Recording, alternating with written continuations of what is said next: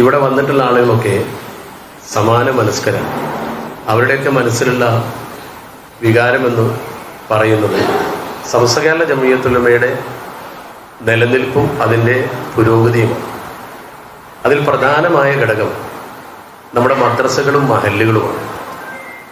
മദ്രസകളിലും മഹല്ലുകളിലുമൊക്കെ സമസ്തയുടെ കീഴിൽ ഒരു പ്രതിസന്ധി ഘട്ടത്തിൽ ഈ സ്ഥാപനങ്ങളെയും ഈ മഹല്ലുകളെയും പിടിച്ചു നിർത്താൻ പ്രയാസപ്പെടുകയും അതിനുവേണ്ടി കേസ് നടത്തുകയും ഒക്കെ ചെയ്ത അന്നത്തെ സംഘർഷഭരിതമായ അന്തരീക്ഷത്തിൽ സമസ്തയെ പിടിച്ചു നിർത്താൻ അഥവാ സ്ഥാപനങ്ങളെ പിടിച്ചു നിർത്താൻ പരിശ്രമിച്ച ആളുകളിൽപ്പെട്ടവരാണ് പലരും ഇന്നിവിടെ ക്ഷണിക്കപ്പെട്ടത്.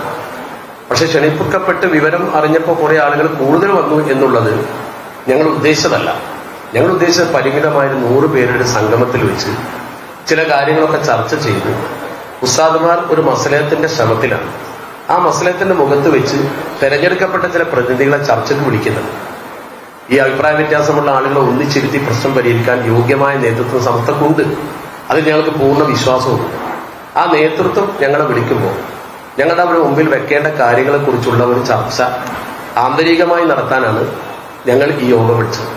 അതുകൊണ്ടാണ് മാധ്യമ പ്രവർത്തകരെ ഉദ്ഘാടനം കഴിഞ്ഞതിന് ശേഷം ഞങ്ങൾ ഈ ചർച്ചയിലാണെന്ന് പറഞ്ഞ് നിങ്ങളുടെ സഹായം അഭ്യർത്ഥിച്ച് നിങ്ങൾ തൽക്കാലം ഈ വിഷയത്തിൽ ഇടപെടാതിരിക്കണം എന്ന് പറയാൻ കാരണം നിങ്ങളെ അപമാനിക്കാനോ അതല്ലെങ്കിൽ നിങ്ങളുടെ സാന്നിധ്യം അരോചകമായതുകൊണ്ടോ അല്ല. നിങ്ങൾ വളരെ മാന്യമായി അത് സ്വീകരിച്ചു. നിങ്ങൾ പുറത്തു നിന്നു, വെയിറ്റ് ചെയ്തു, ഞങ്ങൾ ബൈറ്റ് തരാമെന്ന് പറഞ്ഞു. അതാണ് ഇപ്പോൾ നടന്നുകൊണ്ടിരിക്കുന്നത്. ഇവിടെ നമ്മളെ സംബന്ധിച്ചിടത്തോളം സമസ്തയുടെ ഒരു പൂർവ്വകാല പാരമ്പര്യമുണ്ട്. ആ പാരമ്പര്യത്തിലൂടെ മുന്നോട്ട് പോകണം. പ്രത്യേകിച്ച് പാണക്കാട് കുടുംബം സമസ്ത കേരള ജംഇയ്യത്തുൽ ഉലമയുടെ കരുത്താണ്.